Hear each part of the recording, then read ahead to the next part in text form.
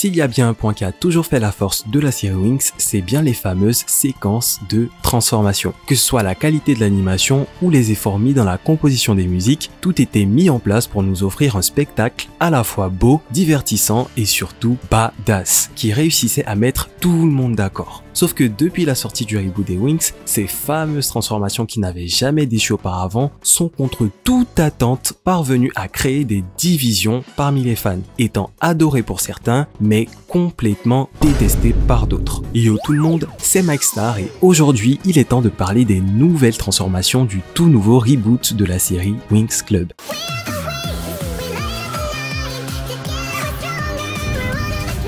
Et on va commencer par le point qui fait le plus débat pour moi, la musique. On peut dire ce qu'on veut sur l'évolution de la série Winx ces dernières années, mais s'il y a bien un truc qu'on ne peut pas nier, c'est que le créateur nous a toujours servi des bangers en termes de musique de transformation. Avec des classiques comme Magie des Winx, Enchantix,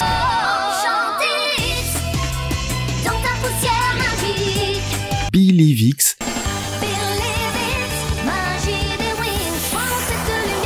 pareil pour les nouvelles saisons au scénario discutable, mais avec des musiques de qualité, comme des Harmonix, Sirenix, et même la dégueulasse saison 8 avec Cosmix qui s'avère assez catchy. Par contre, pour la transformation du reboot de 2025, la chanson est tellement basique, tellement quelconque, qu'on a limite envie de dormir.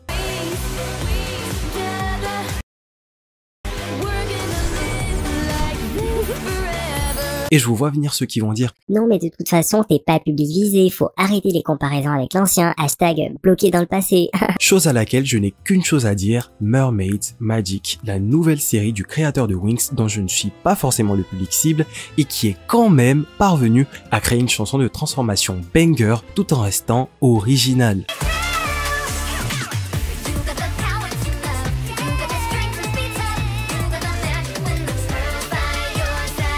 Bref, la chanson du reboot n'est pas mauvaise en soi, je me surprends même à la fredonner de temps en temps. Si on m'avait dit que c'était la chanson du générique par exemple, j'aurais trouvé ça incroyable. Mais pour une musique de transformation, ce n'est tout simplement pas la bonne vibe. D'autant plus que quand j'ai appris l'âge de la chanteuse qui est quand même beaucoup plus jeune que les autres, pour le coup j'ai tout de suite compris la direction qu'ils voulaient prendre avec ce reboot et je pense que ça baisse déjà suffisamment mes attentes. Et enfin, mon plus gros problème avec les transformations du reboot de Winx, c'est que j'ai l'impression qu'ils ont juste pris l'instrumental du générique de fin de Mermaid Magic, qu'ils ont paresseusement collé de nouvelles paroles dessus et paf, ça donnait la chose qu'ils nous ont servi et ça, c'est tout simplement inacceptable pour moi.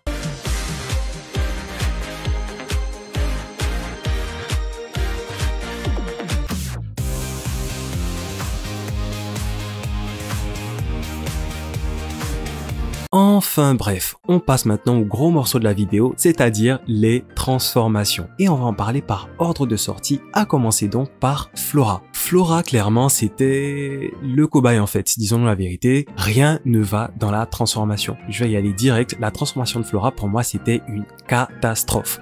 Le pire, c'est qu'au début, ça commençait bien. L'idée de la fleur qui éclot pour laisser apparaître Flora et tout, c'était vraiment pas mal. Le problème, c'est tout, mais absolument tout ce qui vient après. Déjà, on va même pas parler de leur espèce de sous-vêtements à paillettes bizarres là, mais le truc, c'est que Flora, c'est la grâce, c'est la beauté, c'est la douceur. Sauf qu'après on voit au Flora qui nous sort un spectacle, on sait pas si c'est un mélange de Tarzan croisé avec une stripteaseuse, mais vraiment, au secours. Le pire, si vous saviez le nombre de commentaires que j'ai vus qui s'accordaient pour dire ça, mais c'est une dinguerie. En vrai, si c'était une transformation de Layla, par exemple, on pouvait comprendre, mais là, c'est Flora. La timidité, la gentillesse, et elle nous sort ça. Après, j'ai entendu des rumeurs comme quoi la personnalité de Flora aurait changé dans le remake ou je sais pas quoi. Honnêtement, si c'est pour nous servir une Flora femme forte et indépendante à la Winx Fate là, franchement, flemme. On a déjà toutes les autres Winx pour ça, c'est bon. Mais un des trucs pour moi qui fait vraiment que ça n'allait pas du tout, c'est vraiment le background jaune en 2D cartoon comme ça, c'était juste horrible. On ressentait tellement pas le côté nature. Pour moi, ça a vraiment tué la transformation, ça faisait faisait vraiment tâche. Bref, désolé si j'ai l'air de dire que des trucs négatifs, mais vous verrez que le niveau des prochaines transformations est tellement plus élevé par rapport à ça. Pour parler rapidement de la tenue, en vrai j'ai rien à redire, je comprends l'esprit de la fleur retournée similaire au Magic Wings, peut-être un peu too much le nombre de pétales, mais en soi, ça va. Les ailes, franchement, c'est celle qui a les moins moches parmi elles toutes, donc ça passe. Le seul problème, c'est vraiment les cheveux attachés. Je trouve ça très dommage sur Flora, mais bon, ici c'est juste un avis en surface. Donc si vous voulez mon avis plus détaillé sur les différentes tenues, design et les ailes ultra moches, j'en parle dans cette vidéo dans le petit i juste en haut, alors n'hésitez pas à la sauvegarder pour plus tard. On passe maintenant à la transformation de Tekna, et ma première pensée c'était que dans tous les cas, on ne pourra jamais faire pire que la transformation de Flora, et je ne me suis pas trompé. La transformation de Tekna était tout simplement incroyable. Le fait qu'elle soit à l'intérieur d'une sphère technologique et elle en sort en pianotant sur les écrans high-tech et tout pour déclencher sa transformation, c'était juste parfait. De l'apparition des accessoires futuristes à son changement de coiffure qui rappelle celle des premières saisons, c'était l'inverse de la transformation de Flora car tout avait du sens. Les graphismes étaient beaux, les différents backgrounds technologiques étaient tellement mieux faits que le faux décor 2D de Flora là, et même les quelques parties à rallonge où on voit Tekna la tête en bas étaient plutôt cool à voir, se clôturant avec l'apparition dynamique de ses ailes. Franchement, c'était pratiquement un sans faute. Le seul hic pour moi à ce stade, c'est vraiment les transitions sur les poses de fin qui non seulement tombent un peu trop à plat avec un cut chelou qui vient casser le rythme, mais aussi les poses de fin en elles-mêmes qui sont vraiment pas ouf. Et c'est dommage qu'on perde ce mood un peu top model, limite un peu bad bitch qu'elles avaient pour ces poses très plates. De toute façon, c'est sûr que le côté top model est parti parce que quand on regarde les tenues qu'on nous a servi dans le reboot, enfin bon, Tekna a enfin eu le respect qu'elle mérite avec cette séquence de transformation incroyable. Par contre, le seul point où ils ont été moins respectueux, c'est vraiment les vêtements, non mais à l'aide. J'ai conscience qu'ils pouvaient pas refaire une combi comme dans la saison 1 avec son crâne pointu là, mais là, la tenue de Random Joséphine qui va à la salle de sport avec le legging en latex associé aux ailes en carton horrible, non, c'est juste pas possible. Autant la séquence de transformation est banger, autant son habit est à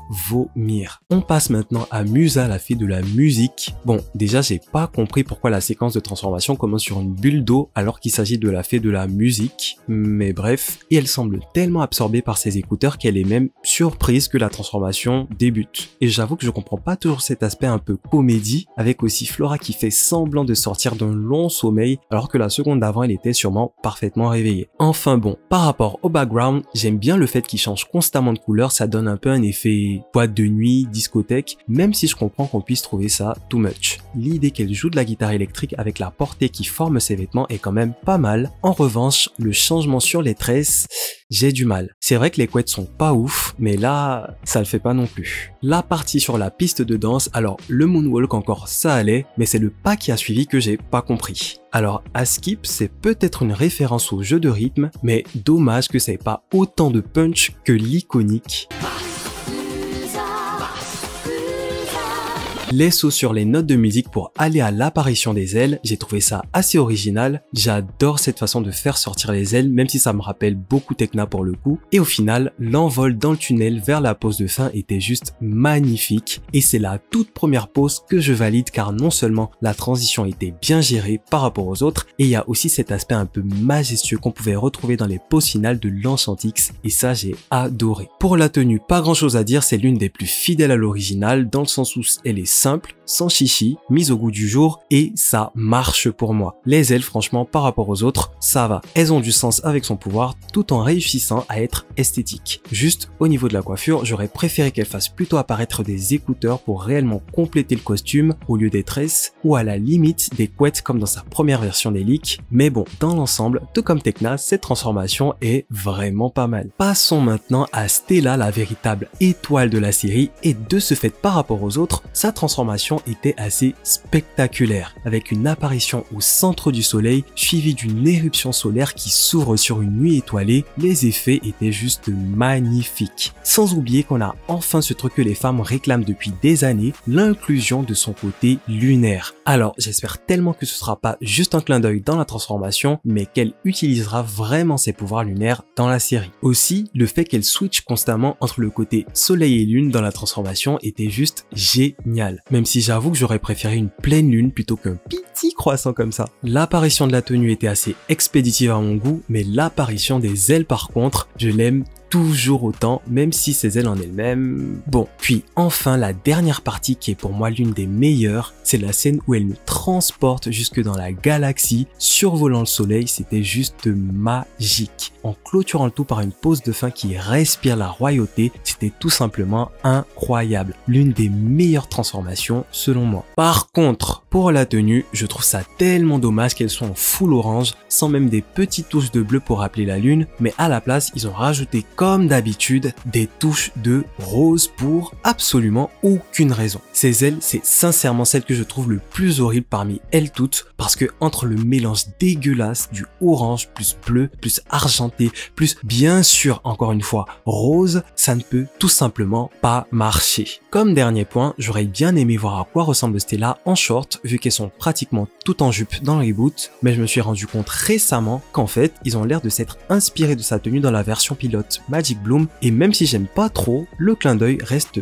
assez sympa. Et pour les cheveux, avoir droit à une vraie scène de changement de coiffure plutôt qu'un changement hors caméra. Sinon en soi, très bonne transformation, même si c'est étonnant qu'elle soit beaucoup plus courte que celle des autres, vu que habituellement ce traitement là, il le réserve plutôt à Layla pour on ne sait quelle raison, enfin j'ai peut-être une petite idée. Et justement, en parlant de Layla, tout comme Musa, sa transformation débute elle aussi sur une bulle qui est ironiquement beaucoup moins bien que celle de Musa, alors que c'est la fée des fluides, mais bon. J'ai beaucoup aimé le fait que pour une fois, on se concentre sur son pouvoir de l'eau, car c'est un truc qui avait été beaucoup trop négligé dans la version originale. Et tout comme Stella, avec ses clins d'œil à la lune qu'on réclamait depuis longtemps, ça fait vraiment du bien de voir qu'ils mettent en avant des aspects un peu oubliés de leur pouvoir. Après, reste à voir si elles vont réellement les utiliser dans les épisodes. Contrairement aux autres, c'est la seule à sortir aussi brusquement de sa sphère, genre Layla et la douceur, ça fait 2. Aussi, j'ai pas trop aimé la façon dont elle nage, ça faisait un peu trop cours de natation et on perdait un peu le côté magique. Tout comme avec Flora à vrai dire. Je m'attendais plutôt à une nage fluide façon sirène et pour moi le seul moment où on a retrouvé ça, c'est à ce moment iconique en référence à la petite sirène. C'était vraiment la seule chose de bien dans la transformation. Et encore, j'aime pas trop ce qui se passe après avec la transition bizarre là, qui, bien que très belle, reste un peu trop abstraite à mon goût sur le plan où elle surfe. Et ça, c'est un des problèmes majeurs que j'ai avec les transformations du reboot, c'est que ça ressemble plus à des pubs plutôt qu'à des transformations, dans le sens où il y a tellement de plans où elles font absolument tout sauf se transformer, et même pour un fan intersidéral de transformation comme moi, je trouve ça parfois too much. Enfin bref, après on a l'apparition de ses ailes où je trouve sa tête mais très bizarre, suivi d'un plan totalement inutile où là elle ressemble carrément à quelqu'un d'autre, et on termine sur la pose de fin qui, selon les commentaires, je cite, fait trop bonhomme. Bref, vous l'aurez compris, la transformation de Layla, tout comme celle de Flora, je l'ai trouvée vraiment, mais vraiment pas terrible. À la limite, la partie de la petite sirène, j'aurais préféré qu'on la remplace par quelque chose de plus concret, un peu dans le style de la saga Précure, où elle se propulse directement dans l'eau jusqu'au ciel, ses ailes apparaissent et bam, on passe à la pose de fin, plutôt que toutes ces transitions abstraites à rallonge. Aussi, vite fait pour la tenue, j'aime toujours autant le fait qu'elle soit en bleu plutôt qu'en vert, ça c'est vraiment mon combat pour Layla, je trouve que c'est une couleur qui la met tellement plus en valeur. Les ailes, honnêtement, je pensais que Stella avait les pires de toutes, jusqu'à ce que je vois celles de Layla qui non seulement n'ont aucun rapport avec son pouvoir, en plus d'être pareilles que celles de Bloom, mais en moins bien. Et par rapport à la coiffure, à part les rumeurs d'accusation d'IA, je trouve ça un peu dommage de pas avoir opté pour ces longs cheveux flottants naturels. Je veux dire, on a déjà la représentation des braids avec son style casu, du coup ça aurait été assez sympa pour la transformation d'avoir ces longs cheveux relâchés pour match avec son côté sirène justement. Enfin bon, passons maintenant à celle qu'on attendait tous, Bloom, notre Winx préféré.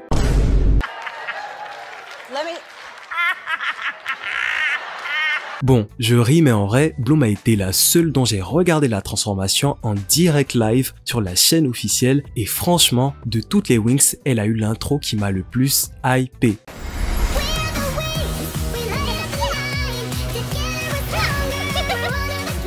Bien sûr, vu que c'est Bloom, ils lui ont donné une introduction beaucoup plus longue que celle des autres, et je suis bien forcé de reconnaître que ça a fait son petit effet. Malheureusement, c'est la seconde après que tout se gâte. Encore le fait qu'elle soit devenue un avion à réacteur, ça va, mais quand ses habits sont apparus, que sa coiffure est devenue tout autre chose et que son feu s'est transformé en papillon, je me suis dit c'est gâté. Mais c'est vraiment après l'apparition des ailes où je me suis dit que le pire est passé, qu'ils ont enchaîné avec le petit sourire qu'elle a fait rapprocher de la caméra. Vraiment, ça c'était la pire scène de toute la transformation et ça m'a fait grave peur pour la suite du reboot. Dans le sens où on a tous remarqué les scènes où elles paraissent toutes hyper belles et 2 secondes après, dans le plan suivant, elles semblent hyper moches. La preuve, juste après, dans sa pose de fin, elle paraît beaucoup plus jolie. Et en parlant de ça, même si au début j'avais du mal avec le fait qu'elle projette continuellement des flammes, au final, je trouve sa pose vraiment majestueuse. La tenue par contre,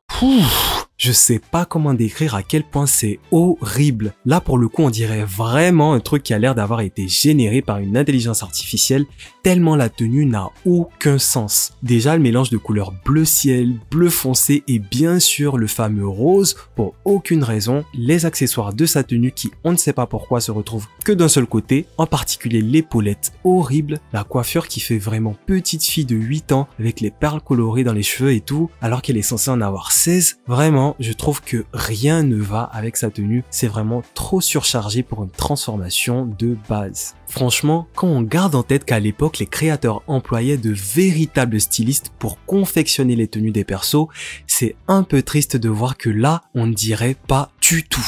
Avant de passer au classement final de toutes les transformations, j'ai quelques derniers points à aborder. Tout d'abord, il faut qu'on parle de leurs sous-vêtements à paillettes bizarres. Je trouve que ça fait tellement tâche. Sincèrement, quand tu regardes, ça casse tellement le côté magique. On dirait juste que ce sont leurs vrais sous-vêtements qu'elles portent déjà sur leur tenue civile et je ne comprends pas l'idée. Pourquoi ne pas avoir opté pour une lumière magique comme on le voit déjà dans la série et même dans les Magical Girls en général, genre Loli Rock, Sailor Moon, etc.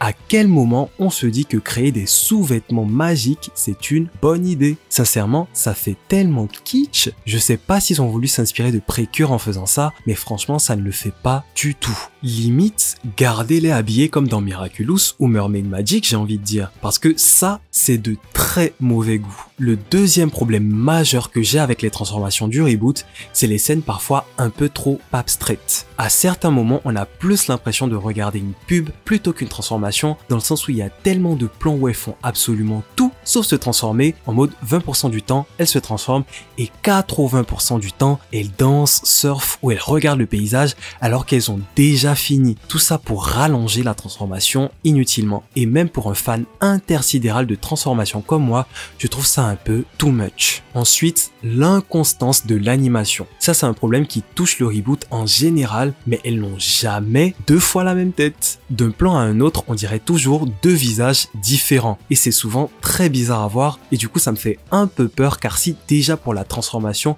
qui est censé être le truc le mieux animé dans une série Magical Girl, ressemble à ça, mais qu'est-ce que la série sera? Pour finir, concernant la chanson, je ne trouve pas qu'elle soit mauvaise, elle est même très bien en elle-même, mais juste très mal trouvée. Pour une chanson de transformation, ce n'est simplement pas la bonne vibe. En plus, prendre le même rythme qu'une chanson du générique de fin d'une autre de vos séries et coller de nouvelles paroles dessus pour en faire une transformation, non les gars, juste non. Mais comme point positif, je tiens quand même à saluer la créativité qu'ils ont eu pour certaines scènes, ça partait d'une bonne intention, en particulier les refs aux aspects oubliés du pouvoir de certaines Wix comme Stella ou Layla, là je dis oui tous les jours. On passe enfin au classement final de toutes les transformations et pour moi, en 6ème position, je mettrais Flora parce que pour moi, sa transformation c'était juste une catastrophe. Les lianes façon Tarzan, le numéro d'acrobatie, combiné au background plus moche que celui des autres, non, c'était juste impossible qu'elle soit plus haut. Mais je lui en veux pas, car pour moi, c'était clairement le cobaye, le bouc émissaire, donc je ne lui en tiens pas trop rigueur. 5ème position, Aisha, l'idée de son pouvoir de l'eau était bien trouvé, mais c'est vraiment la seule chose positive que je peux dire sur la transformation. Les ailes qui n'ont rien à voir avec son pouvoir et les scènes à rallonge alors qu'elle a déjà une des transformations les plus courtes. Franchement, la seule raison pour laquelle je ne la mets pas en dernier, c'est parce que le décor aquatique était quand même bien réalisé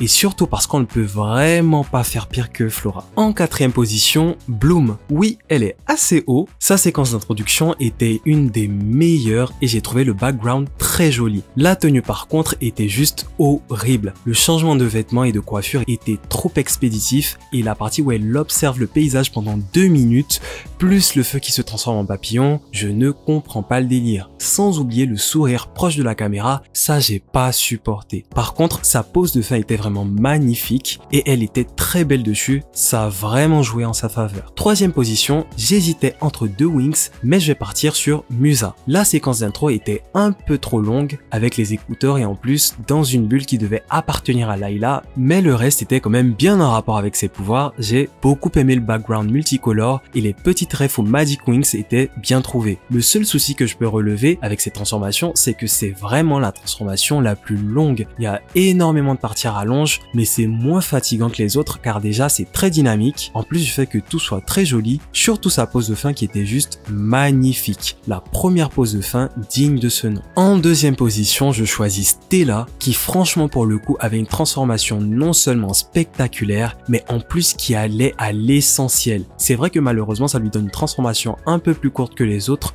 vu qu'elle n'a pas vraiment de scène à rallonge, mais tout était clair, concis, efficace, en accord avec sa personnalité et ses pouvoirs, en plus des clins d'œil au pouvoir lunaire, tout en nous servant des décors magnifiques, franchement les plus beaux parmi toutes les Winx, tout en terminant avec cette pose de fin royale. Franchement, cette transformation a vraiment tout pour plaire et mérite clairement sa place dans le haut du classement, même s'il y en a bien une qui selon moi est un petit peu meilleure, celle de Tekna. Tekna, je pense que c'était le coup de cœur pour beaucoup. Elle a enfin eu le respect qu'elle mérite et franchement, c'est une agréable surprise. C'est-à-dire que tout ce qui faisait l'essence de la technologie et la personnalité Tekna, ils l'ont réuni dans cette transformation. Pour moi, elle avait la meilleure introduction, la meilleure chorégraphie de transformation, des plans variés et dynamiques et à aucun moment on ne sentait les parties à rallonge. Sans oublier son background qui était vraiment magnifique et parfaitement en accord avec ses pouvoirs. Si je devais être plus objectif, je dirais quand même que globalement la transformation de Stella pourrait être légèrement meilleure, mais personnellement celle de Tekna a été un coup de cœur, donc pour l'instant je la conserve à la première place du classement. Par contre vous allez pas vous en sortir comme ça. Ah non non non, car je veux absolument voir votre classement à vous dans les commentaires et j'ai hâte de lire vos différents avis. Et si vous voulez savoir ce que je pense du reboot en général, je vous mets une vidéo juste ici.